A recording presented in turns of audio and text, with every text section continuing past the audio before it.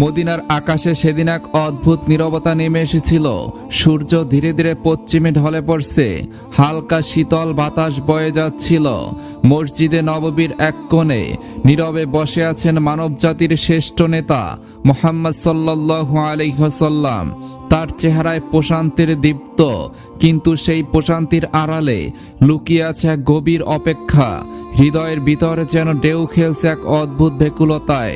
মরুর আকাশের দিকে তার দৃষ্টি বারবার উঠছে, এমন এক আকাঙ্ক্ষা যেন এমন এক অতিথির অপেক্ষায় আছেন যিনি আসলে বদলে যাবে পৃথিবীর আবহ, নেমে আসবে রহমতের স্রোত। নবীজির প্রিয়তমা স্ত্রী উম্মুল মুমিনিন আয়েশা রাদিয়াল্লাহু তাআলা আনহা তিনি লক্ষ্য করছিলেন এই কয়েকদিন নবীজি সাল্লাল্লাহু আলাইহি ওয়াসাল্লাম অন্যরকম হয়ে গেছেন, ইবাদতে ডুবে আছেন আরো গভীরভাবে।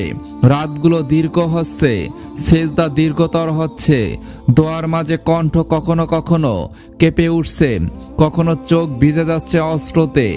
এক সন্ধ্যায় সাহস সঞ্চয় করে তিনি নরম কণ্ঠে বললেন, ইয়া রাসূলুল্লাহ, আপনাকে আজকাল খুব বেকুল মনে হয়, কোনো বিষয় কি আপনাকে ভাবাচ্ছে?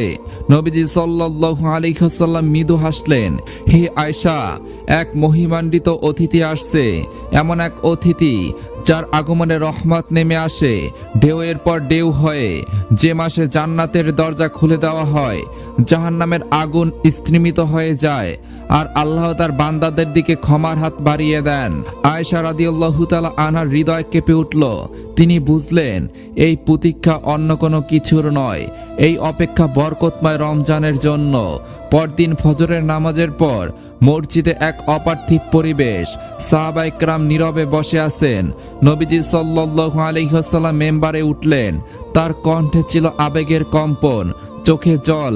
তিনি বললেন, হে আমার উম্মত, তোমাদের কাছে আসছে এমন এক পবিত্র মাস, এমন এক মাস যার প্রথমাংশ রহমত, মধ্য অংশ মাগফিরাত, আর শেষ অংশ জাহান্নাম থেকে মুক্তি। এই মাসে একটি রাত আছে যা হাজার মাসের চেয়েও শ্রেষ্ঠ। যে ব্যক্তি এই মাসে ঈমান ও সওয়াবের আশায় সিয়াম পালন করবে, তার অতীতের গুনাহ ক্ষমা করে দেওয়া হবে। কথাগুলো বলতে বলতে তার চোখ ভিজে উঠল। মসজিদের সেই নীরব মুহূর্তে হঠাৎ বাঙ্গা কণ্ঠে প্রশ্ন করলেন প্রিয় সাহাবী আবু বকর রাদিয়াল্লাহু তাআলা আনহু।